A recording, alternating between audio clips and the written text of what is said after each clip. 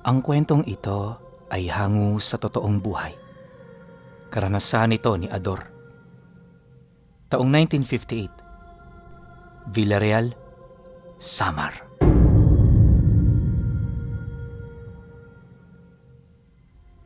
Dalawang dekada nang nanggagamot si Ador sa lugar ng Villarreal.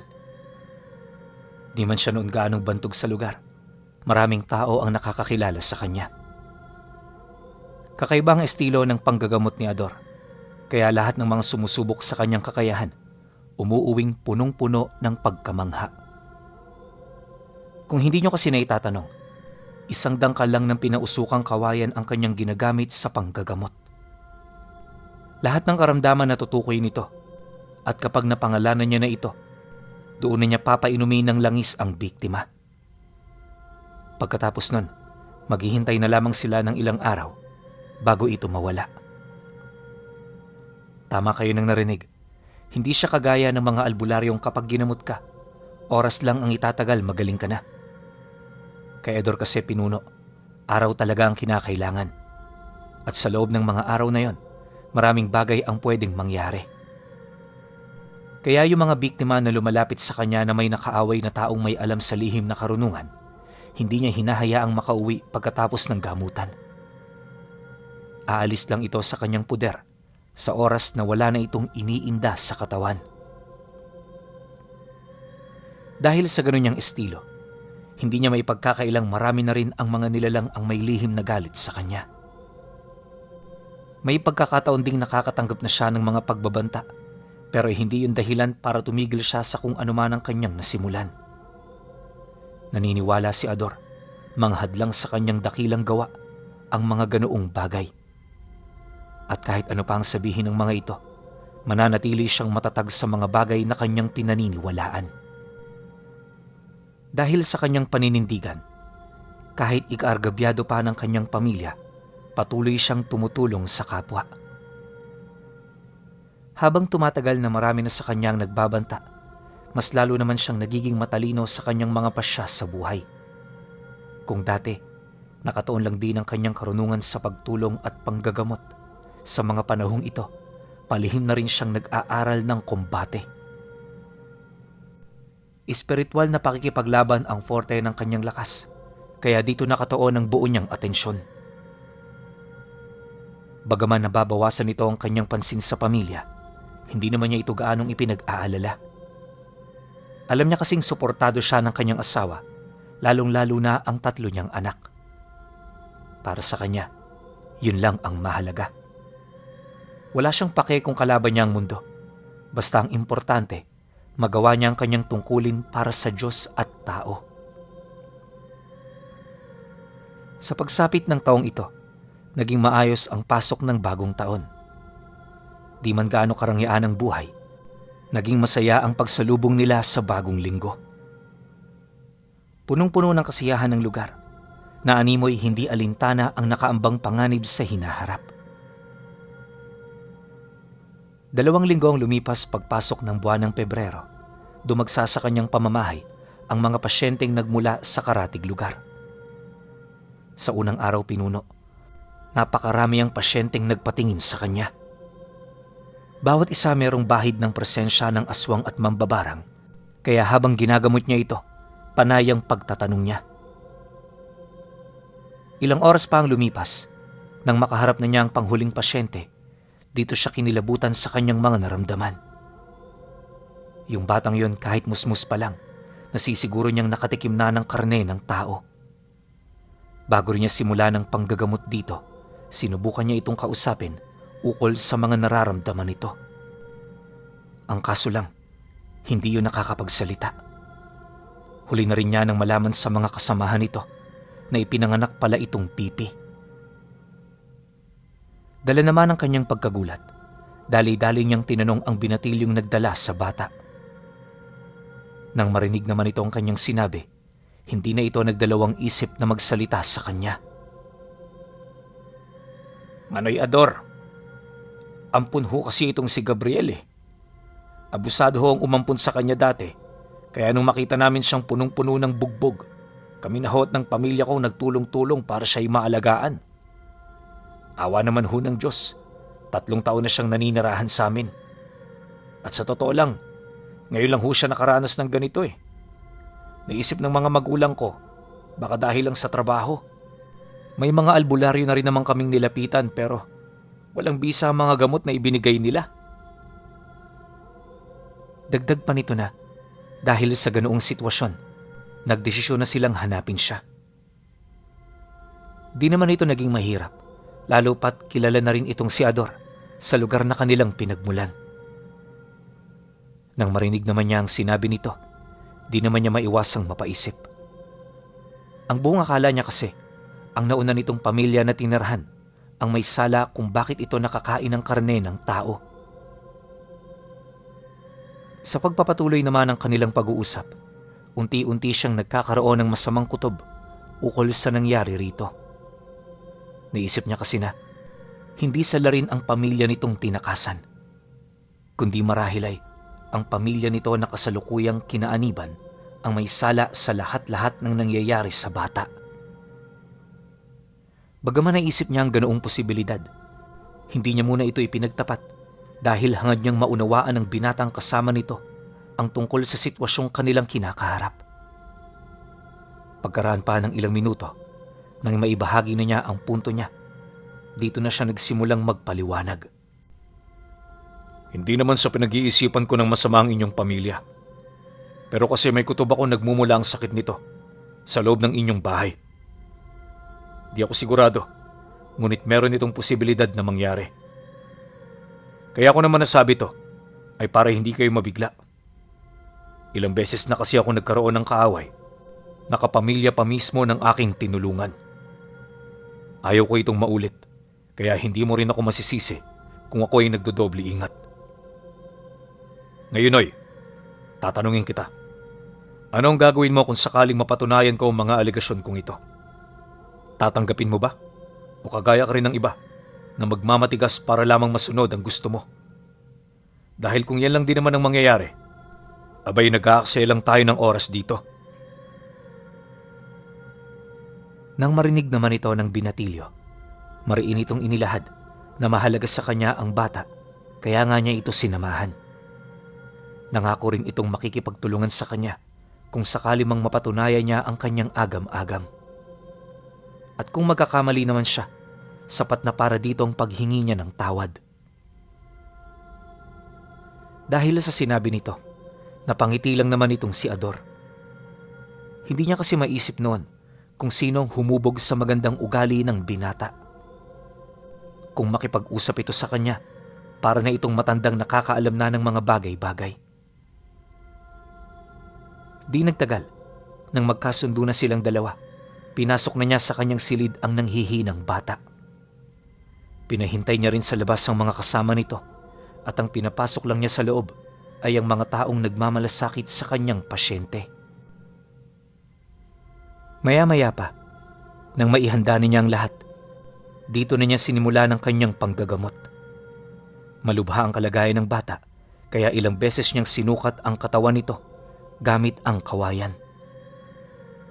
Kung titingnan, sasabihin ng mga ordinaryo na wala naman itong epekto, ngunit ang hindi nila alam napakabisa nito. Nakakita na ba kayo ng uod na parang nagdadangkal kapag gumagapang?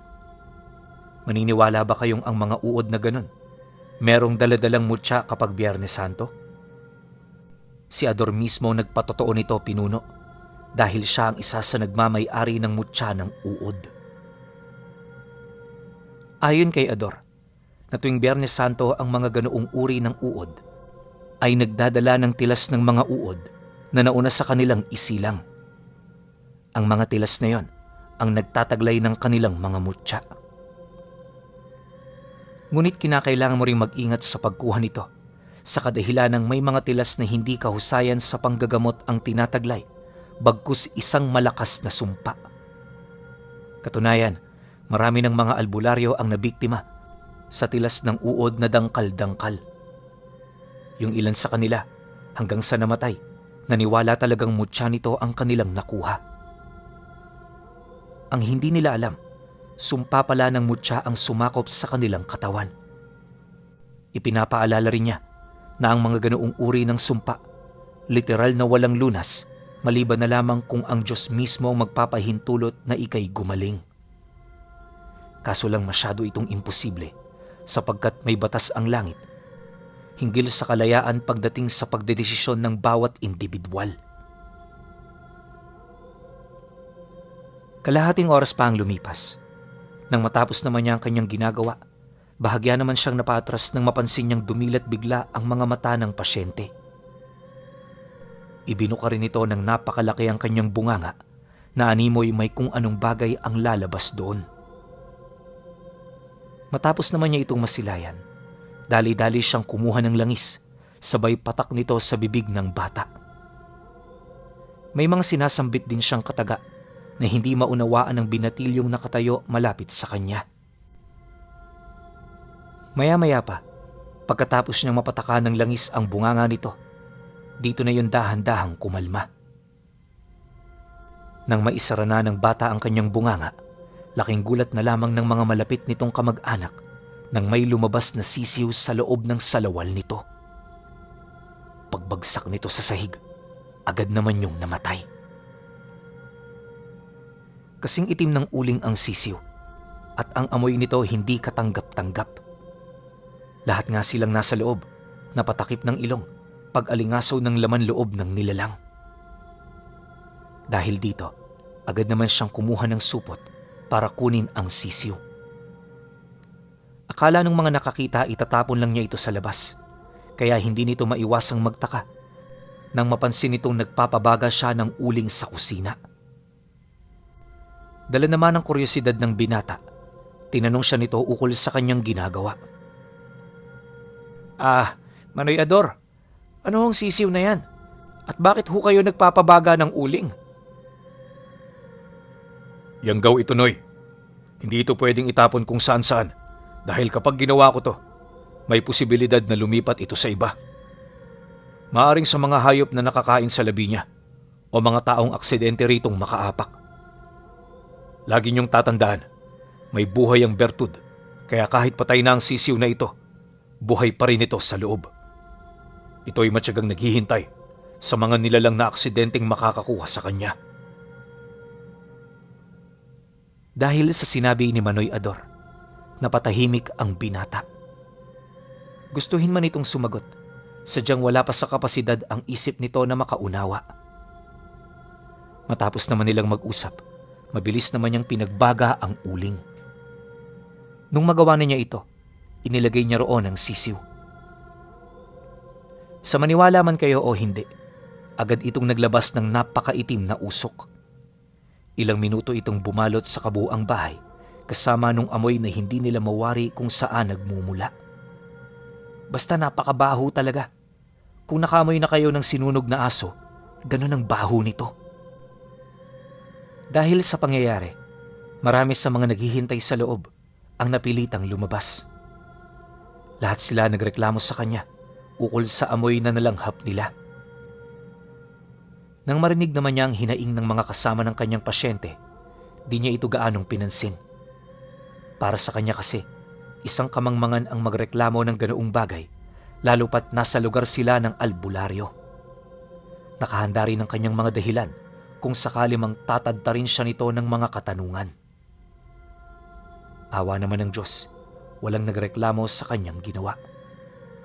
Kalaunan, nang mawala na ang usok, dito na niya ipinagpatuloy ang kanyang panggagamot. Nasisiguro niya kasing hindi ito magtatapos doon, sa kadahilanang naniniwala siya na hindi basta-bastang susuko ang nilalang na nagbigay ng yanggaw dito. Makalipas pa ang kalahating oras, kahit napainom niya na ito ng langis, may natitira pa ring bahid ng yanggaw. Hindi niya mawari kung saan ito nagmumula, gawa ng parang nakaugat na ito sa bata. Ang mas nakakaalarma, habang tumatagal ang panggagamot niya, nawawala ang presensya ng espiritu nito. Pagkaraan pa ng ilang minuto, bigla itong sumigaw habang pilit na nagpupumiglas mula sa mga inilagay niyang pamakong dasal. Nang mapansin naman ito ng dalawang kasama nito, agad naman nila itong hinawakan habang pilit na kinakausap. Akala kasi nila na wala lang ito sa sarili nitong bait. Ngunit ang totoo, sinasapian na pala ito nung nilalang na nagbigay dito ng yanggaw. Halos 10 minuto ring naging gano'n ang bata hanggang sa tuluyan na itong kumalma at bumalik sa normal. Nang mapansin naman ito ng dalawa, bahagya naman itong napatingin sa kanya. Manoy Ador, ano na hong gagawin natin? Papakawalan na ba namin siya? Pakawalan niyo na. Wala rin namang magagawa yung paghawak niyo sa kanya. Dumistansya na rin kayo dahil ang batang yan, hindi na ang batang kilala ninyo. Nang marinig naman ito ng dalawa, agad naman itong napaatras. Kahit sino naman kasing ordinaryo, kikilabutan talaga sa sinabi ng albularyo. Pagdating naman ng dalawa sa kanyang likod, tahimik lang itong nagmasid sa mga susunod na mangyayari. Inaasahan na nilang may mga interesante sila roong makikita dahil ang estado noon ng bata, hindi na talaga pangkaraniwan. Isipin ninyo, nangingitim na ang mga mata nito tapos panay na ito sa pag-angil. Ang mas nakakaalarma pa sa lahat, tumataas baba na ang ulo nito hanggang sa medyo umusli na ang gulugod nito sa balat. Nagkakapunit-punit na rin ang balat ng bata kasabay ng pagkakaroon nito ng mga marka sa iba't ibang bahagi ng katawan. Pagkatapos nun, nagsiunat na rin ang mga buto nito, animoy sinasapian ito ng isang makapangyarihang dyablo. Nang masipat naman ito ng dalawa, hindi nito maiwasang magtanong sa kanya. Kahit di nito aminin, alam niyang abot langit na ang nararamdaman nitong kaba. Manoy Ador, ano na hong nangyayari sa kanya? Mamamatay na ho ba siya? Bungad ng binata. Pagkarinig naman niya sa sinabi nito, mahinaho naman siyang sumagot dito ng, tahimik lang kayo dyan. Huwag na kayong magsalita sapagkat ang mga nakikita nyo ngayon malayo sa inyong pangunawa. Kahit subukan nyo itong unawain, hindi nyo ito maiintindihan. Pagkasambit naman niya ng mga katagang yon, mahinahon siyang lumapit sa bata. Sa puntong yon, hindi na mutya ang gamit niya, bagkus ang iilan na sa kanyang mga karga na pawang nakatuon ng puwersa sa pakikipagkombate.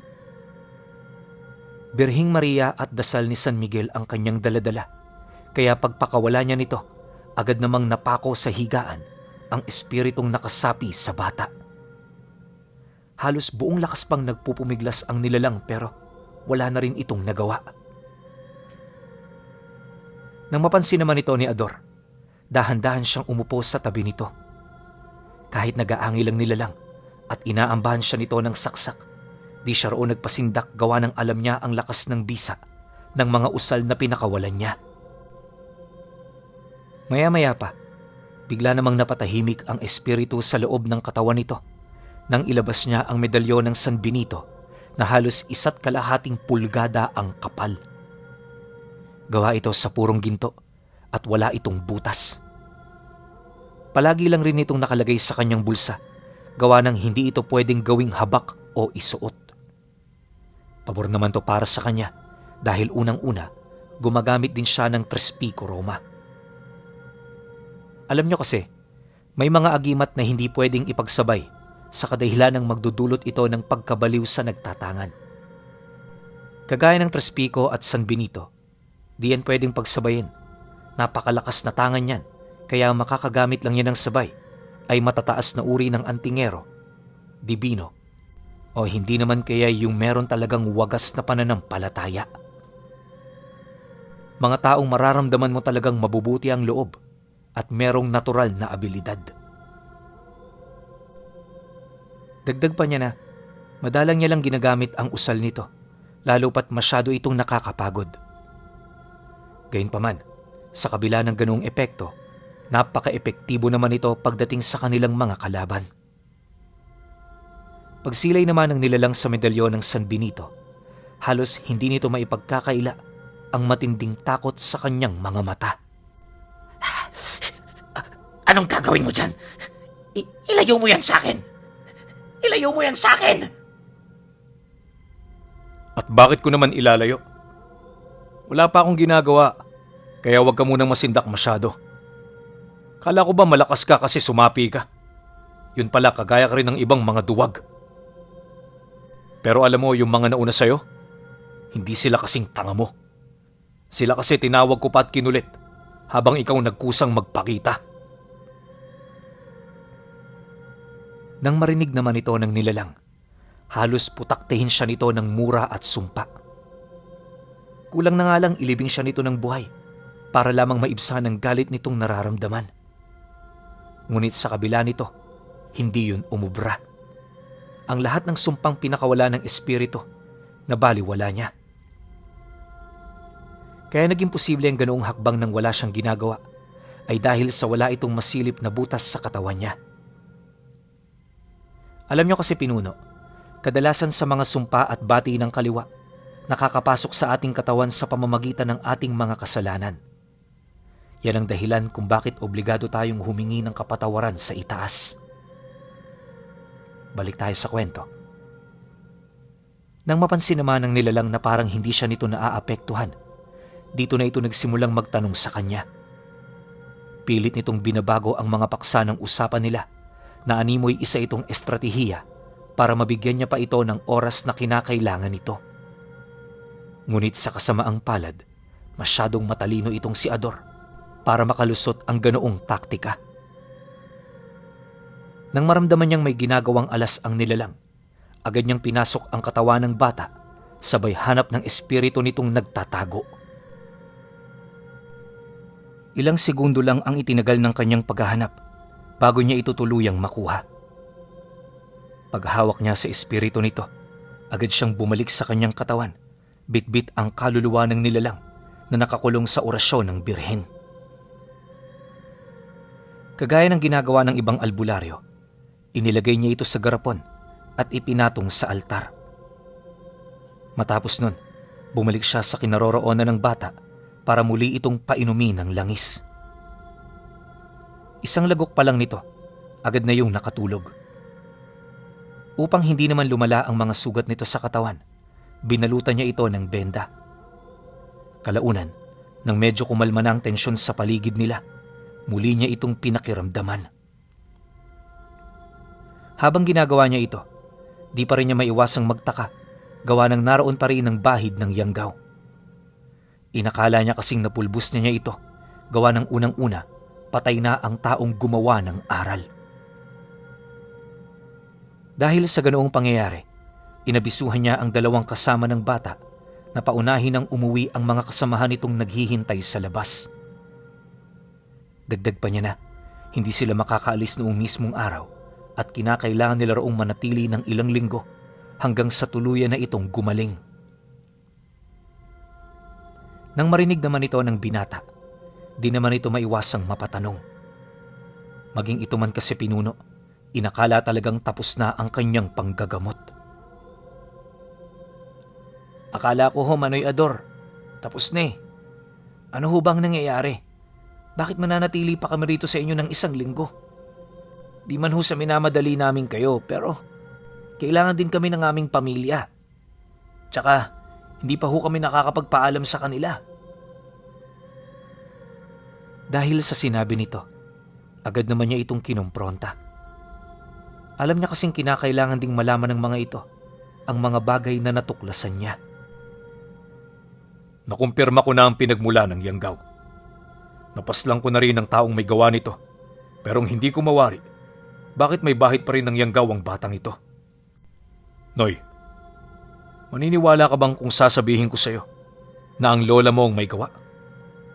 Duda ko, kasama rin nito ang asawa nito kaya maaaring hindi pa napuputol ang sumpa ng Yanggaw. Pero huwag kang mag-alala, oras na lang ang kinakailangan para mahanap ko siya.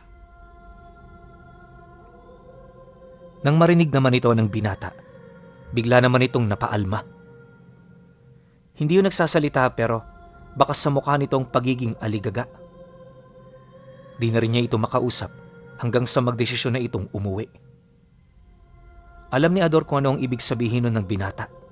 Ngunit alang-alang sa kalayaan nito, pinili niyang ito ay hayaan. Nasisiguro din naman niya kasi babalik ito kinabukasan buhat sa mga malalaman nitong balita sa kanilang pamilya.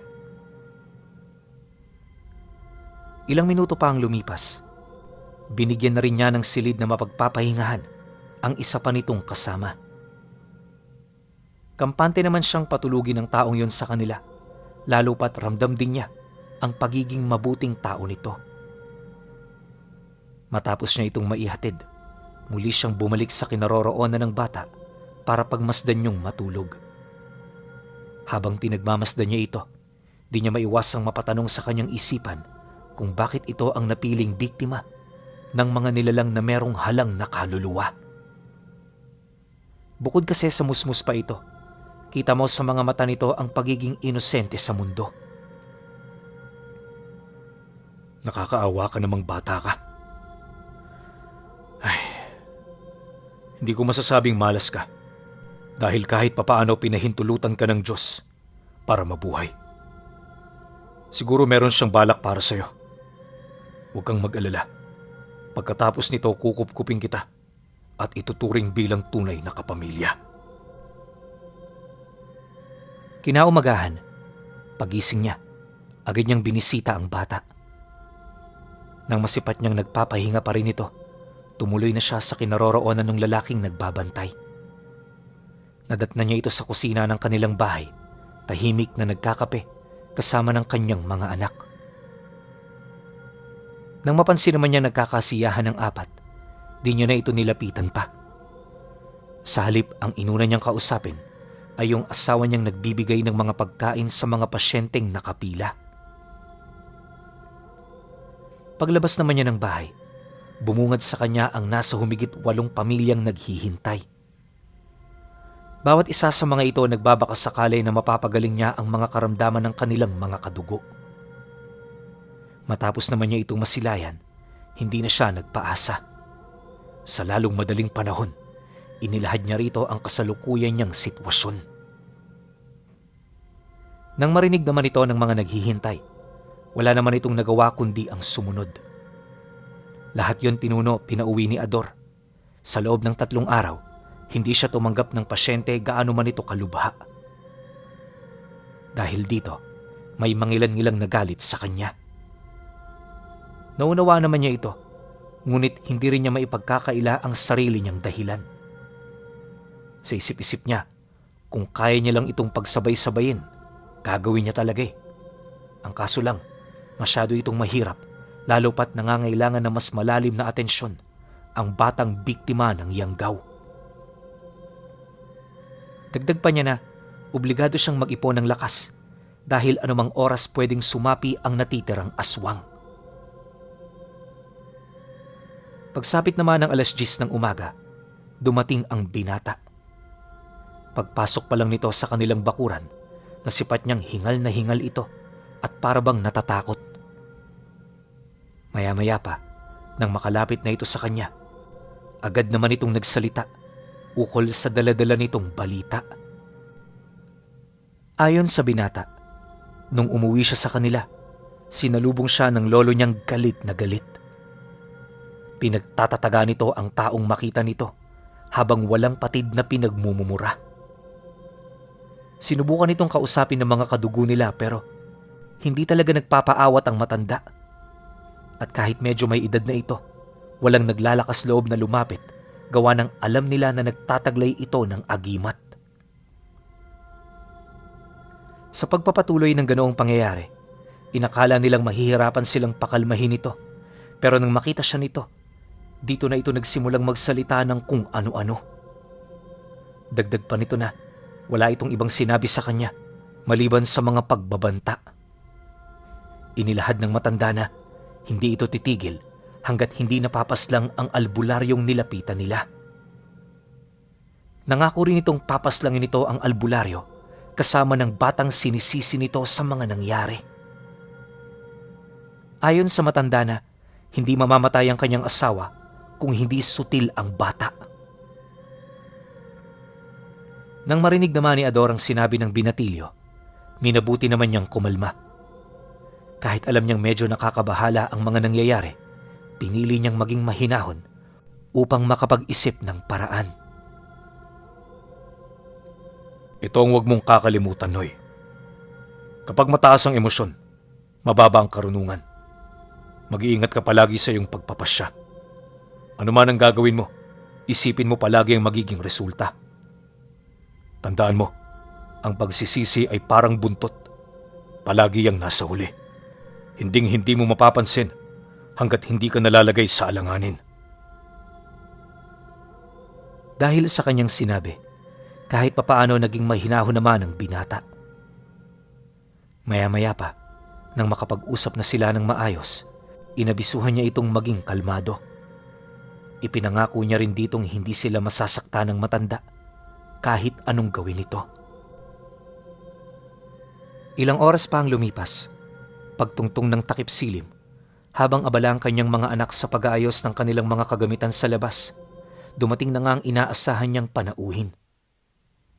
Malayo pa man, abot tanaw niya na ito, kaya hanggat hindi pa ito nakakalapit, palihim na siyang naghanda.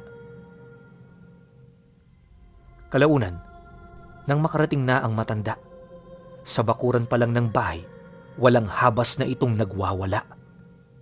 Napakalakas nito, sa puntong kahit anong iba tumo rito, kayang-kaya niya itong durugin ng pinong-pino gamit lamang ang kamay. Dahil sa ganoong pangyayari, minabuti naman niyang dumistansya.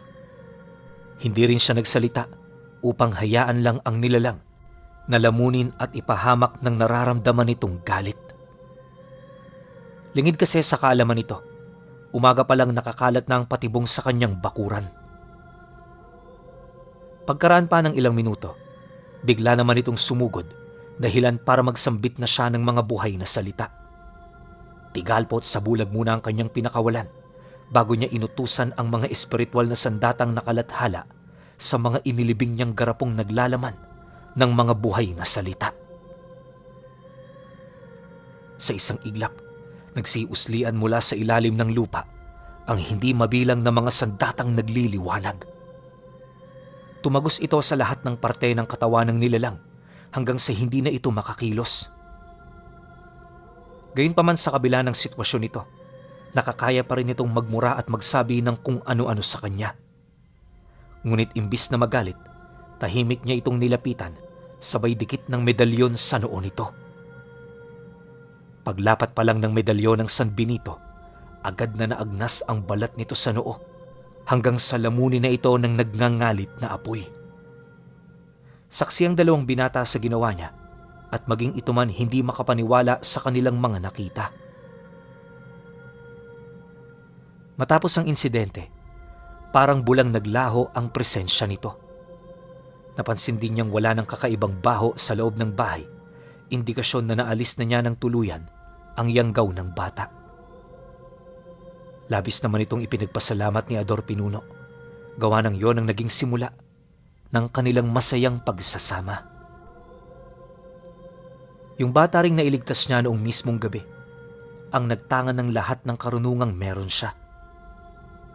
Ngayong pangkasalukuyan, kahit matagal na siyang wala, bitbit pa rin ng kanyang disipulo ang kanyang aral.